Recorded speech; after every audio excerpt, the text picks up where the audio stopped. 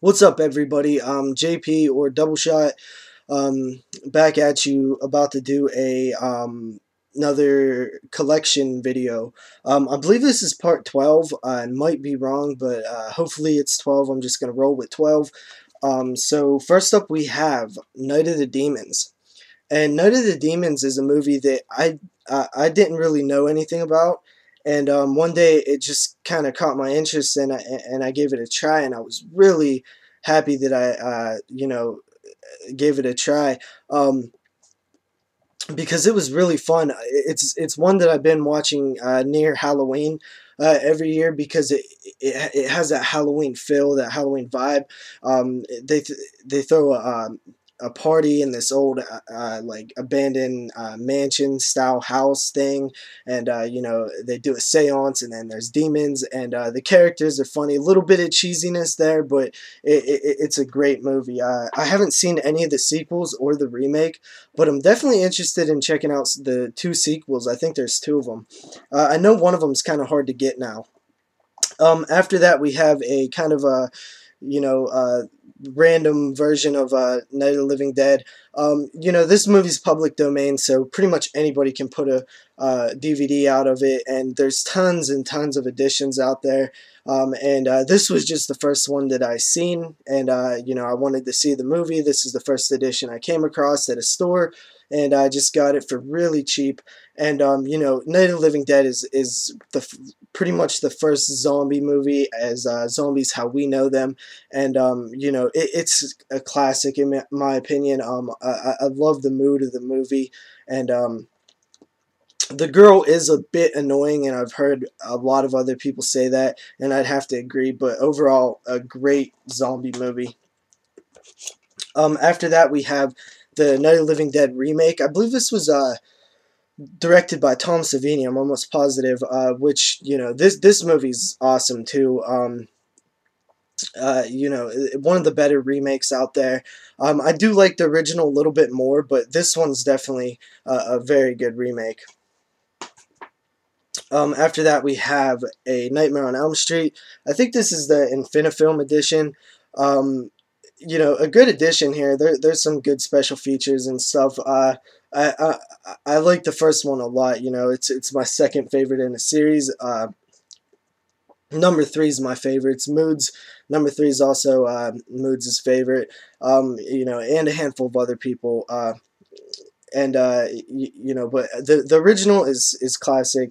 It's Nightmare on Elm Street. You really can't talk too much about it. Everybody knows Nightmare. After that, we have Never Sleep Again: The Elm Street Legacy.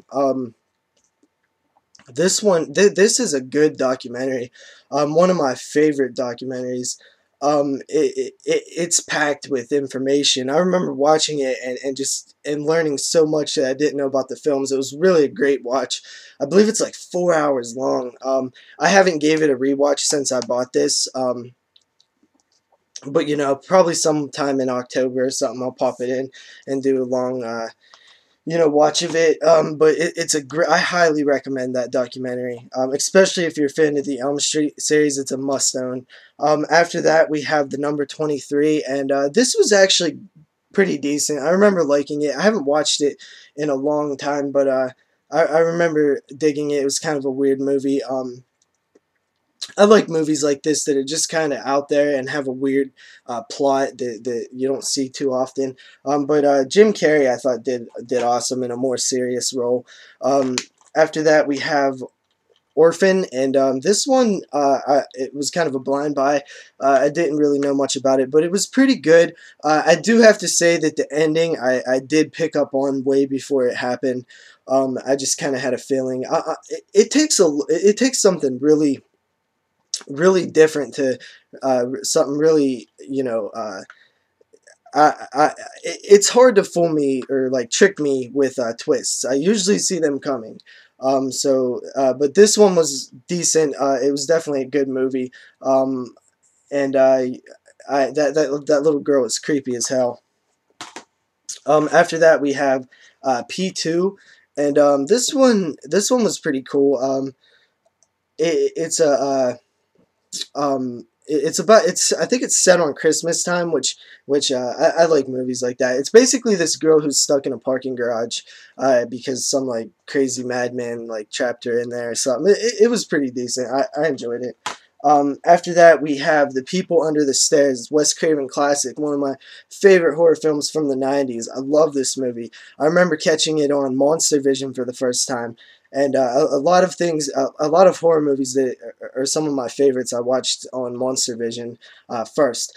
And, you know, this movie's just, the parents are just so out there, and the kid Fool, he's so cool, and the whole idea of it's really fun. I think this is a really underrated Craven flick, but you know, it's great. It's fun times. After that, we have Pet Sematary, one of the scariest movies I've ever seen. Probably the only movie to ever really give me some like nightmares, and it was from the Zelda scene, which, you know, everybody should know that scene. Oh my God, that scene's so scary. And I was a kid when I watched it. It felt like it didn't even belong in the movie. So it's weird that that is the scariest scene in the movie, something that really didn't even help the storyline at all. And you know, the guy, I forget his name, uh, Fred Gwynn, I think. That dude is awesome. I love that guy. Awesome movie. I hope it never gets remade. That's one that I really don't want to get remade. I think it's perfect. After that, we have The Relic and Pet Sematary 2. Now, The Relic is one that I bought this for Pet Sematary 2, but The Relic, for once, when I buy a double pack, the movie, the one that I buy it for, which was Pet Sematary 2, was decent, and the other one was decent. And that never happens to me too much. And I think there was some not so good CGI in The Relic, but Pet Sematary 2 has always been a favorite of mine.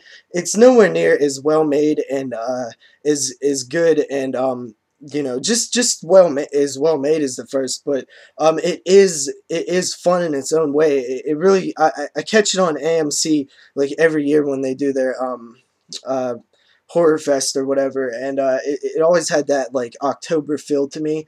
So I am a big fan of the second one. It's just in a different way than the first one. So yeah, the Relic and Pet Sematary 2, pretty good. The last two for this part is Phantasm first up, and I love Phantasm. Mostly all the movies I have, I usually love because I try to stay away from a lot of the bad movies.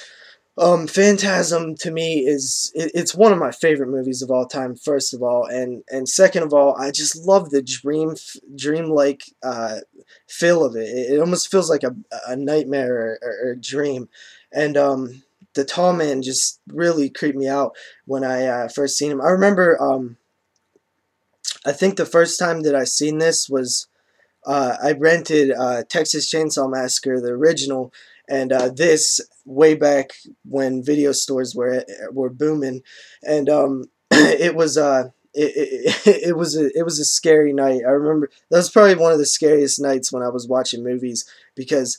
You know, Texas Chainsaw Massacre is my favorite horror film, and it's one of the scariest in my opinion. And then Phantasm with the tall man really creeped me out. And yeah, I really like Phantasm. I love that. It's just such a weird and different type of movie that it's so unique. I just always loved the series. After that, we have the final one for this part is Phantasm 2, which I actually uh, prefer over the original. I think Phantasm 2 is better. I like the characters, you know, as they're going through the, you know, post-apocalyptic style towns, and he got the quad barrel shotgun and stuff. Reggie, it's just an awesome movie. And the first time I seen this was also on Monster Vision, and it was good times, real good times. Yeah, so Phantasm 2, I like a little bit more, but I do like both of them. I have yet to get Phantasm 3 and 4. I do like 3, not as much as the first two, but I do like it. And 4's okay. I heard some stories about how they wanted to do a movie with Don Coscarelli wanted to do a movie with Bruce Campbell and Reggie, kind of going through a post-apocalyptic adventure, and I think that would have been awesome. But unfortunately, we got well, not unfortunately, we still got an okay movie. Phantasm 4, Oblivion. But they used a lot of the stock footage from the first one that they cut into it real good. All right, I'm rambling. That's it, guys. Wrapping it up. Catch you guys in the next part.